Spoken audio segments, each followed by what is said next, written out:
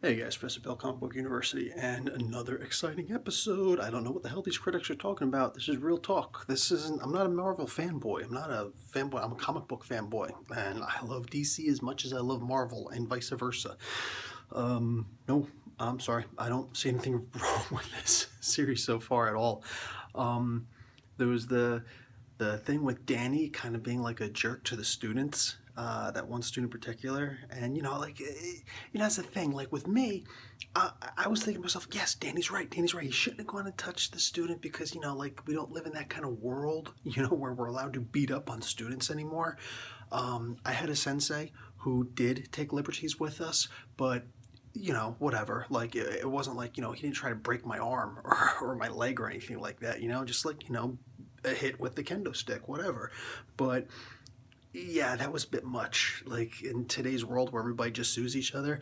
But even more so, the idea that Colleen came and said, these kids are all being beaten up and things like that, and like this is their one safe place and not anymore. That actually made me feel really bad. And it's like, yeah, see, you don't take things into your own hands when you don't know the whole situation. You just don't. Normal people don't do that. But Danny Rand's not normal. So yeah, man, there's like so much in this episode. The beating, like Colleen Wing, when she went and did that dojo, the Fight Club thing. You know what I'm saying? It wasn't the same one that we saw in the video, in the trailer. So this one was completely different. I don't even know if they're going to bother showing the next one. Maybe they will, but whatever. The fingerprint idea with Hogarth was fantastic. Also, I want to let you guys in, if you didn't know, if you didn't see anything else where I explained it, Jaren Hogarth was actually in the comic books also, but it was a he, and they just made it the beautiful, sensual Carrie Ann Moss Trinity, and just yeah, she started off in what you call it, Jessica Jones. And you got to see her at the very, very end of Daredevil season 2. But I like her. Like in the comic books, he was amazing. Like he was the go-to guy. You couldn't.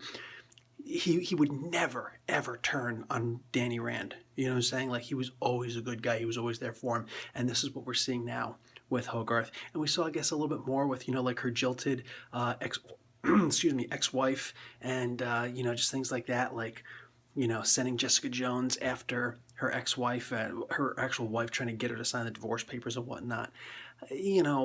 Whatever, it is what it is. But like I actually thought that she was kind of a biznatch in that one, and here, she's literally a stand-up person, and that is awesome because he was awesome in the comics. And the idea that she's actually cool in the Netflix series, that's one of the things I wouldn't have been happy with. Like when I saw that Scarf was actually a bad guy in Luke Cage, that was Misty Knight's partner from the very beginning of her career, and he was always a stand-up guy. He was good people, and to find out that he was crooked like that was just like, it was kind of heartbreaking to me. Such a minor character if you never read the comics, but if you did, like he was always there with her, so yeah, that was sad. So I'm glad to see that she's good people in here.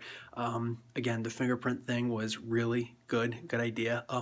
He, for all the stuff that he was talking at the beginning, oh, it's good that he taught her that, was it the leopard punch?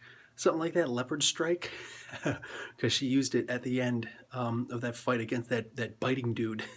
Colleen Wing used it against that dude that bites. What do you call it? Jaren's relationship with Jay Money, that was great. But yeah, I like their relationship with each other. How they're able to just talk and chill out and whatnot. That's pretty cool. But Colleen Wing and Danny Rand fighting in the beginning, that little exercise, I thought that was pretty cool. And seeing that he was constantly talking about using your inner force, not your external force. That's the thing. That's the thing about the Japanese martial arts. It's all about the external force, Karate nesante nashi, to kill with one strike. You know what I'm saying? With the open hand, to kill with the empty hand. You know what I'm saying? But to kill with one strike. That's the thing. At the very least, you can interpret it to end the fight with one strike. Now, does that always happen? No. But that is the philosophy of the martial arts, specifically Shotokan. You know what I'm saying? That's where and that was actually that sensei I was talking about. Most of my other senseis were really cool guys. This guy was just a really serious guy. And, the idea is just, exert and knock the person out or end the fight as quickly as possible. If the fight goes on for a long time, you know. I know people like to talk about like styles. I'm just going to throw that up really quick. The different styles. Is Kung Fu better than Karate? No, it's not. Not at all. Not in any way, shape, or form of the imagination.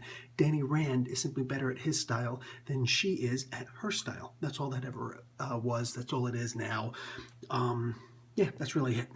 you know, I'm going to give you an example. She started using the aggressive parries in the beginning and towards the middle, close to the end of that fight that she had in the cage. That's where somebody goes to take a swing, and Danny Rand used it against the dude that pulled the brass knuckles on him the second time. And that dude was badass. He got his fingers broken with the brass knuckles that were shattered on his hand, and he kept on fighting, and he still got away from Danny. Oh! Hey, I'll tell you right now, the most powerful attack you could ever do on another human being, here's the technique. It's called the sucker punch. That's no joke. That's no exaggeration. The most deadly thing you can ever do to a human being is the sucker punch. That's not a style. It's just being a jerk. But the aggressive parry is when, somebody goes to punch and you meet the punch. You know what I'm saying? If you're good enough, you can hit the fingers right below the knuckle. Maybe hit the wrist, on either the bottom or on the sides. If you could, open hand, hit the back of the wrist. Somebody goes for a kick on you, punch them in either side of the ankle. Something along those lines, or a chop on the hamstring. Something along those lines, a punch in the knee. That's an aggressive parry. It's not just block, it's an aggressive parry. And that is one of the things that the Japanese martial arts specializes in. So if she wasn't worried about, oh, he's going to keep on moving, you can never win a fight by dodging. You can't win a fight. That's just simply not the way it works, unless the guy's an idiot and keeps on punching through windows like at the beginning of Karate Kid Part 2. No, that's not how you win a fight. So as soon as he would have went after her, she could have simply used the aggressive parries and then just brutalized him, So yeah, that's my martial arts coming in where I'm just like, no, stop, what are you doing? Why are you playing his game?